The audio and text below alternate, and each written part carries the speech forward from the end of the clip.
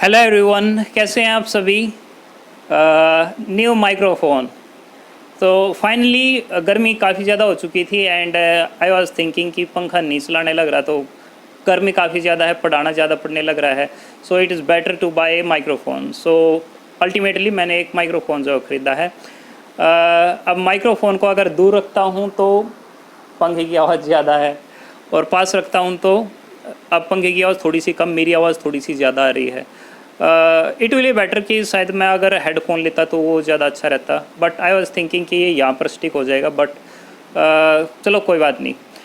Voice की quality कैसी है मुझे बताना ज़रूर, ठीक है। एंड देखते हैं इसका और क्या अल्टरनेटिव जो है वो हो सकता है। सो नेक्स्ट चैप्टर जो है वो स्टार्ट करते हैं। Neural control and coordination. अब न्यूरल कंट्रोल एंड कोऑर्डिनेशन से मतलब क्या है? आपने 10th क्लास के अंदर भी यही चैप्टर पढ़ा था, जिसके अंदर हम कंट्रोल एंड कोऑर्डिनेशन पढ़ते थे। कंट्रोल एंड कोऑर्डिनेशन के अंदर हमने देखा था कि कैसे नर्वस सिस्टम और एंडोक्राइन सिस्टम हमारी बॉडी को कंट्रोल करता है। यहाँ पर हम दो अलग अलग टर्म पढ़ेंगे। एक टर्म हम पढ़ेंगे कोऑर्डिनेशन, और एक जो दूसरी टर्म है उसको कहते हैं हम इंटीग्रेशन। कोऑर्डिनेशन का मतलब क्या है? कोऑर्डिनेशन का मतलब है टू और मोर organ complement each other by some interaction। तो दो या दो से ज़्यादा ऑर्गन अगर अपने ही काम को एक दूसरे के पूरक है, यानी कि कॉम्प्लीमेंट अगर करते हैं, तो हम उसको क्या कहते हैं कि वो कोऑर्डिनेट करने लग रहे हैं। लेकिन अगर टू और मोर organ are allowed to work together as a unit, तो उसको हम क्या कहेंगे? उसको हम इंटीग्रेशन कहेंगे। तो एक के अंदर क्या करने लग रहा है? एक के अंदर कहने लग रहा है दो या दो से ज़्यादा ऑर्गन जो है एक दूसरे के साथ कोऑर्डिनेट करने लग रहे हैं। जैसे कि स्टमक है, स्टमक कोऑर्डिनेट करने लग रहा है जैसे इसोफेगस के साथ में, या फिर स्टमक जो है कोऑर्डिनेट करने लग रहा है इंटेस्टाइन के साथ में। कैसे? जो स्मॉल इंटेस्टाइन है उसके अंदर खाना जो है जब आता है तो वो लिक्विड फूड जो है वो पास होता है, क्योंकि काइम जो है वो बन जाता है स्टमक के अंदर एंड वहीं आगे पास होता है। अगर काइम ना पहुँचे, काइम की जगह कुछ और चीज़ पहुँचे, यानी कि अगर सॉलिड अगर फूड ज़्यादा पहुँचे तो इंटेस्टाइन जो है वो डाइजेस्ट नहीं कर पाएगी। तो उससे ज़रूरी है कि पीछे वाला जो है वो उसका काम जो है करता रहे। लेकिन एज ए होल अगर हम पूरे डाइजेस्टिव सिस्टम को देखें तो पूरा जो डाइजेस्टिव सिस्टम है वो एक ही यूनिट की तरह काम करता है, और वो एक यूनिट की तरह काम क्या है? डाइजेशन। तो एग्जाम्पल के तौर पर अगर मैं डाइजेशन की बात करने लग रहा हूँ तो डाइजेशन के अंदर जितने भी ऑर्गन है वो एक ही यूनिट की तरह काम करते हैं, क्योंकि अल्टीमेटली उनको करना क्या है? जो काफ़ी ज़्यादा बड़ा फूड है, यानी जो कॉम्प्लेक्स मोलिक्यूल है फूड के, उनको अल्टीमेटली सिंपल एब्जॉर्बेबल मॉलिक्यूल के अंदर जो है कन्वर्ट कर दे। तो इस वजह से हम कह सकते हैं कि डाइजेशन एक एक्टिविटी है, उसके अंदर जितने भी ऑर्गन आते हैं वो सभी इंटीग्रेट हो चुके हैं। जबकि कोऑर्डिनेशन के अंदर हम कोई भी दो ऑर्गन जो है वो ले सकते हैं, या इवन टिश्यू के अंदर भी हम देख सकते हैं, लेकिन उसके अंदर एक होल बड़ी एक्टिविटी जो है वो नहीं आती। तो यानी कि इंटीग्रेशन का छोटा पार्ट है जिसको हम बोलते हैं कोऑर्डिनेशन। अब कौन अलो करता है, कौन अलाउड करता है कि वो एक ही यूनिट में काम करे, इंडिपेंडेंटली काम ना करे, काम इस तरीके से करे कि वो काम दूसरे ऑर्गन के काम आए, या फिर उसके लिए एक प्रिकर्सर जो है वो बन जाए एंड अल्टीमेटली अगला जो ऑर्गन जो है वो अपना काम अच्छे से कर पाए। अब उसके लिए रिस्पॉन्सिबल कौन है? उसके लिए रिस्पॉन्सिबल है हमारा कौन? Nervous system. तो नर्वस सिस्टम क्या करता है? हमारा कंट्रोल एंड कोऑर्डिनेट करता है। अगर हम लास्ट जो क्लास है उसके बारे में बात करें तो हमारा जो नर्वस सिस्टम है वो किस तरीके से कंट्रोल एंड कोऑर्डिनेशन करवाता था, तो वहाँ पर हमने पढ़ा था कि बाहर से कोई ना कोई स्टिमुलस आती थी, और जो स्टिमुलस है वो किसी ना किसी सेंसरी नर्व के द्वारा पास होती थी, और पास होकर के कहाँ जाती थी? वो CNS के अंदर। सबसे पहले स्टार्टिंग में कोई ना कोई स्टिमुलस आती थी, और जो स्टिमुलस है वो सेंस किए जाते थे किसके द्वारा? रिसेप्टर के पास, और जो रिसेप्टर है वो उसको सेंड कर देते थे किसके पास में? सेंट्रल नर्वस सिस्टम के पास। और जो सेंट्रल नर्वस सिस्टम है उसके पास जो सेंड करने वाली नर्व होती है उसको हम बोलते हैं सेंसरी नर्व। और जो सेंसरी नर्व है वो अल्टीमेटली जब सीएनएस के पास पहुंचाती थी तो सीएनएस जो है वो सिग्नल को भेजती थी किसके पास, एक इफेक्टर ऑर्गन जो है उसके पास भेजती थी, किसके द्वारा, जो मोटर नर्व है उसके द्वारा।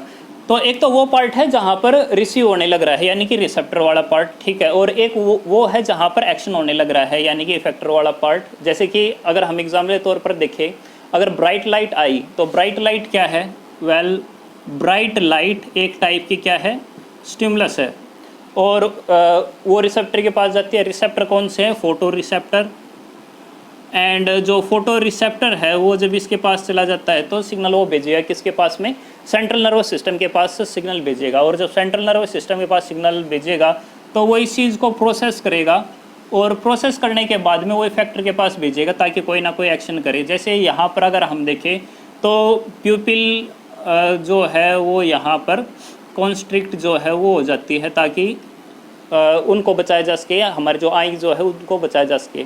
तो हमने देखा था हमारा जो नर्वस सिस्टम वो इस तरीके से काम जो है वो करता है। लेकिन अगर हम डिफरेंट ऑर्गेनिज्म के अंदर देखें, क्या सभी के अंदर इतना ही कॉम्प्लिकेटेड नर्वस सिस्टम है जिस तरीके से हमारी बॉडी के अंदर है, तो ऐसा नहीं है। जैसे अगर आप हाइड्रा का देखें तो हाइड्रा के अंदर काफ़ी सारे न्यूरॉन है जो एक दूसरे के साथ कनेक्टेड है, लेकिन कहीं पे कोई ग्रुप नहीं बना हुआ, तो इसी वजह से हम बोलते हैं डिफ्यूज टाइप का इसके अंदर नर्वस सिस्टम प्रेजेंट है।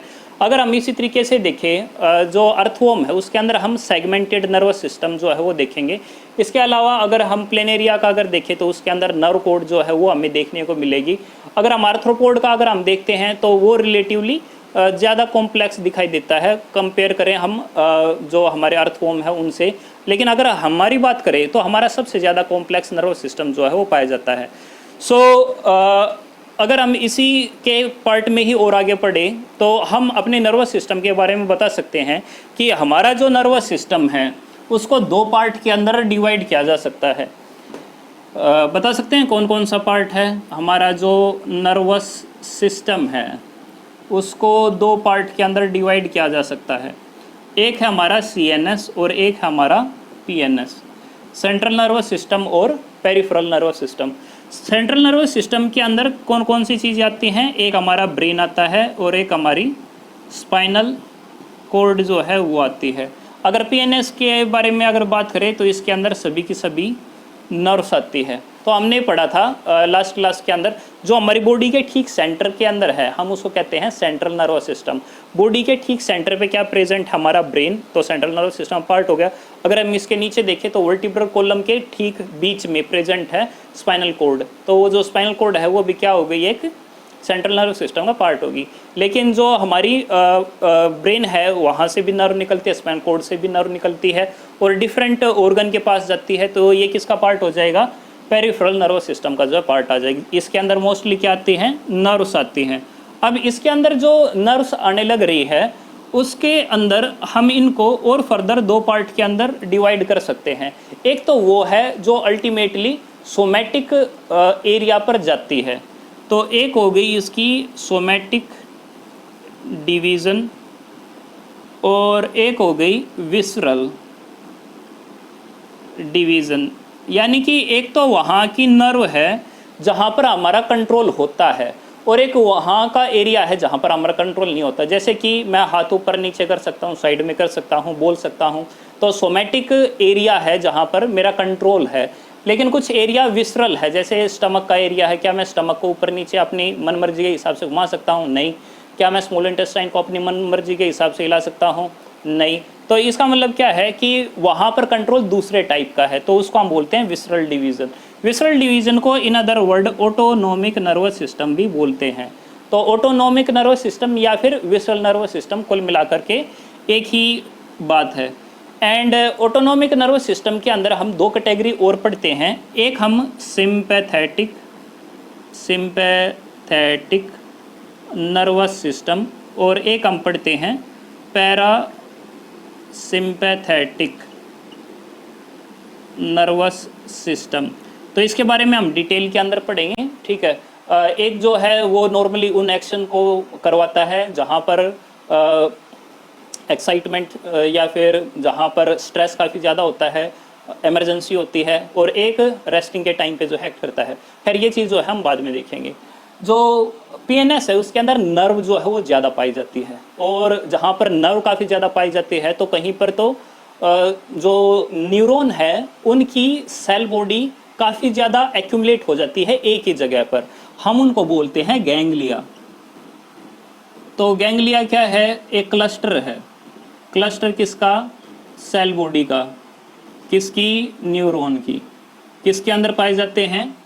पीएनएस के अंदर पाए जाते हैं। सीएनएस के अंदर क्या क्लस्टर नहीं पाए जाते हैं? उनको हम क्या बोलते हैं? उनको हम न्यूक्लियाई बोल देते हैं। तो वही चीज़ ब्रेन के अंदर हो तो न्यूक्लियाई क्या देते हैं? न्यूक्लियाई का मतलब न्यूक्लियस मत समझो, न्यूक्लियाई का मतलब यहाँ पर क्लस्टर ऑफ जो न्यूरॉन की बॉडी है उससे उसकी बात की गई है। गैंग्लिया, जबकि पीएनएस के अंदर कोई क्लस्टर हो तो उसको हम कहते हैं। कई बार क्या होता है कि न्यूरॉन्स का ये काफ़ी सारे जंक्शन जो है वो एक ही जगह पर हम देखने को मिलते हैं, और जब ये कई सारे प्लक्सीज होते हैं, कई सारे जब ये जंक्शन होते हैं तो उसको बोल देते हैं प्लक्सीज। तो जो प्लक्सीज है वहाँ पर ढेर सारी नर्व एक दूसरे के साथ जो है इंटरसेक्ट किए हुए हैं। तो कहीं पर अगर प्लक्सीज का नाम आ जाता है तो इंटरसेक्टिंग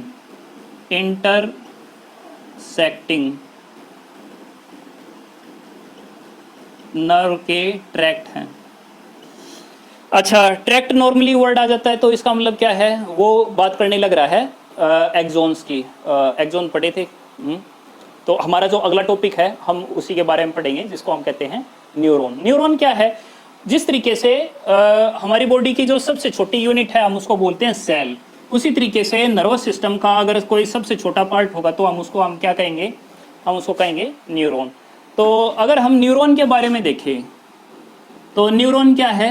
वो सबसे छोटी यूनिट है हमारे नर्वस सिस्टम की। एंड अगर हम न्यूरॉन की एक टिपिकल स्ट्रक्चर देखें, टिपिकल इस वजह से कहने लग रहे हैं क्योंकि जो न्यूरॉन है वो अलग अलग टाइप के भी हो सकते हैं, लेकिन जो सिंपलेस्ट टाइप है अगर हम उसके बारे में अगर देखें तो जो एक न्यूरॉन है वो हमें कुछ ऐसा दिखाई देगा कि जिसकी कई सारी ब्रांचेज है छोटी छोटी, और एक उसके पास में बड़ी ब्रांच है। जो बड़े वाली ब्रांच है उसको हम कहते हैं एक्सोन, और जो छोटे वाली ब्रांच है उसको हम कहते हैं डेंड्राइट्स। जो हमारे डेंड्राइट्स के ठीक बीच में है उसको कहते हैं हम सेल बॉडी। तो ये हमारा सेल बॉडी वाला पार्ट हो गया। अगर हम इसके अंदर देखें तो इसके साथ में कुछ स्ट्रक्चर जो है वो सराउंड किए हुए हैं न्यूक्लियाई को, हम इसको बोलते हैं नेसिल ग्रैन्यूल। नेसिल ग्रैन्यूल क्या होते हैं? नेसिल ग्रैन्यूल है रफ एंडोप्लाज्मिक रेटिकुलम। राइबोसोम का काम क्या होता है? राइबोसोम का काम होता है प्रोटीन फॉर्मेशन, और किसके साथ अटैच होते हैं? एंडोप्लाज्मिक रेटिकुलम के साथ में। तो नॉर्मली एंडोप्लाज्मिक रेटिकुलम एक यूकैरियोटिक सेल के अंदर पाया जाता है, इसके अंदर भी पाया जाता है। इसके अंदर जो एंडोप्लाज्मिक रेटिकुलम है अगर उसके साथ में राइबोसोम जुड़े हुए हैं तो उसको हम रफ एंडोप्लाज्मिक ना बोल के हम उसको क्या बोलते हैं? नेसिल्स ग्रैन्यूल जो है वो हम उसको बोल लेते हैं। क्लियर है भाई? इतना काम क्या है? वही प्रोटीन फॉर्मेशन है। जैसे सेल बॉडी उनकी होती थी वही सेल बॉडी इसकी है, लेकिन इसके साथ और क्या पाया जाता है भाई? इसके साथ में कुछ छोटी छोटी ब्रांच जो है वो और पाई जाती है। ऐसी जो छोटी छोटी ब्रांच जो है वो और कहीं पे देखने को नहीं मिलती। अब चूँकि ऐसी कोई ब्रांच उनके अंदर नहीं देखने को मिलती तो इस वजह से ये एक डिफरेंट टाइप की सेल हो जाती है, और वो जो है एक डिफरेंट टाइप की सेल जो है वो हो जाती है। सो आई होप आपको कुछ ऐसी स्ट्रक्चर जो है पढ़ी होगी आपने। ठीक है, तो ये सारे डेंड्राइट्स है। डेंड्राइट्स का काम क्या होता है? रिसीव करने का। कोई भी स्टिमुलस आती है तो उस स्टिमुलस को ये सेंस करती है और अल्टीमेटली उसको आगे तक पहुंचाती है।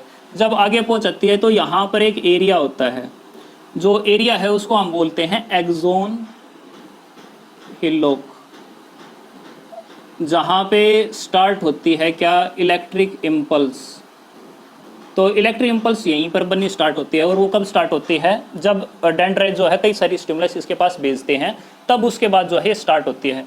और यहाँ पर जब इलेक्ट्रिक इम्पल्स स्टार्ट हो गई तो वो किसकी तरफ जाएगी? वो आगे की तरफ जो है वो बढ़ेगी। जो हमारा एक्सोन का जो प्लाज्मा मेम्ब्रेन है उसको हम कहते हैं एक्सोलीमा। जो एक्सोन है उसके अंदर कुछ फिब्रिल्स प्रेजेंट होते हैं जिसको हम कहते हैं न्यूरोफिब्रिल्स। तो इनके अंदर कुछ न्यूरोफिब्रिल जो है वो भी प्रेजेंट होते हैं। काम क्या है, जो इलेक्ट्रिक करंट है उसको ट्रांसमिट करवाना। इसके अलावा इसके अंदर कुछ ट्यूब्यूल भी प्रेजेंट होते हैं। ट्यूब्यूल नॉर्मली सेल का जो है स्केलेटन बनाते हैं, यानी कि सेल की स्ट्रक्चर कैसी होगी किसके द्वारा डिटरमाइन की जाती है, इसके अंदर ट्यूब्यूल जो है कितने पाए जाते हैं। इसके अलावा इसके ऊपर कुछ सेल जो है वो प्रेजेंट होते हैं इसके ठीक ऊपर, और जो इसके अंदर सेल प्रेजेंट होते हैं हम उसको कहते हैं स्क्वान सेल। और जो स्क्वान सेल है वो मैं इनका न्यूक्लियस जो है वो अलग से बना दूं, ठीक है, ताकि आपको ध्यान रहे कि ये स्क्वान सेल है। तो यहाँ पर ये स्क्वान सेल है।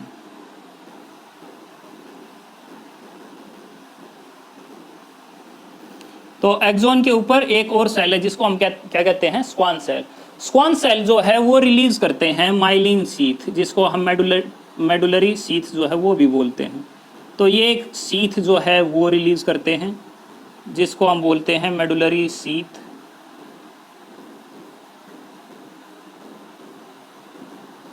तो ये एक सीथ होगी जिसका नाम है मेडुलरी सीथ।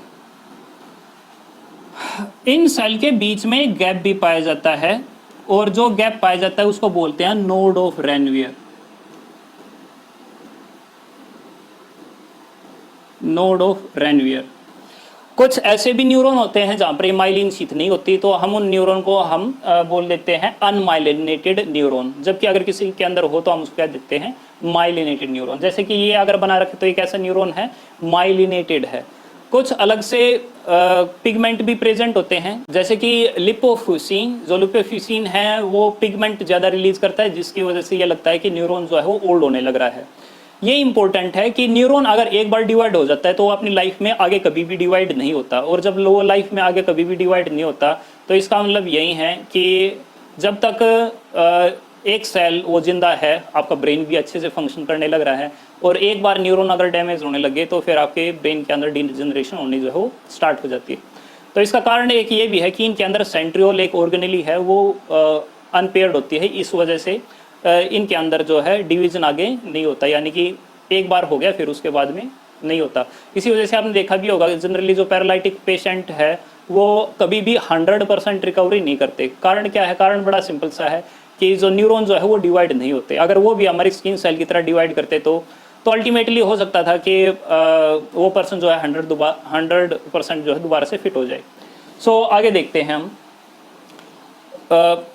इसके बाद यहाँ पर आगे चल के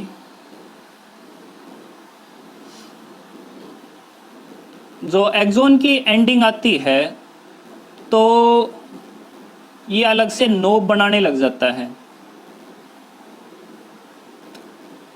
इनको अलग से हम नर्व एंडिंग या फिर हम इसको एक्सोन नोब जो है वो भी हम कह देते हैं। और एक्सोन नोब जो है वो आगे चल के किसी ना किसी नेक्स्ट न्यूरॉन के साथ में साइनेप्स जो है वो बनाता है। साइनेप्स का फंक्शन क्या है, एक न्यूरॉन को दूसरे न्यूरॉन के साथ में जोड़ना, ठीक है। सो क्या हर बार जो है न्यूरॉन इसी तरीके से होता है? क्या न्यूरॉन के अलग अलग टाइप नहीं होते? बिल्कुल भाई, अलग अलग टाइप भी होते हैं इनके। जैसे कि मैंने कहा कि अकॉर्डिंग टू एक्सोन ये माइलिनेटेड भी हो सकते हैं और अनमाइलिनेटेड भी हो सकते हैं। अगर हम टाइप ऑफ ब्रांचेस की बात करें तो इसके बेसिस पे अलग अलग टाइप के हो सकते हैं। जैसे कि हो सकता है कि एक ही न्यूरॉन है और न्यूरॉन के साथ में केवल एक ही उसका एक्सोन जो है वो प्रेजेंट है, तो हम उसको क्या कह देंगे, यूनिपोलर। यूनि यानी कि वन, पोलर यानी कि उसकी एक ही ब्रांच जो है वो निकली हुई है। इसी तरीके से सूडो यूनिपोलर भी होते हैं। सूडो यूनिपोलर यानी कि उसकी स्टार्टिंग में एक ब्रांच निकल ली, फिर उसके बाद में दो फर्दर ब्रांच निकलती है, और दो फर्दर ब्रांच जो है वो एक ही आइडेंटिटी की तरह का जो है काम करती है। कुछ बाइपोलर न्यूरॉन होते हैं, जैसे कि आइज के अंदर प्रेजेंट होते हैं, उनके पास एक एक्सोन होता है और एक उसके पास में डेंड्राइट होती है अलग से। इसी तरीके से मल्टीपोलर भी होते हैं, जिसके पास एक्सोन तो एक ही होगा लेकिन डेंड्राइट जो है बहुत सारी होगी। और ऐसा भी हो सकता है कि न्यूरॉन जो है उसके पास में काफ़ी सारी ब्रांचेज हो, लेकिन एज सच कोई पोलरिटी जो है उसके अंदर ना हो। तो अलग अलग टाइप के न्यूरॉन जो है वो पाए जाते हैं।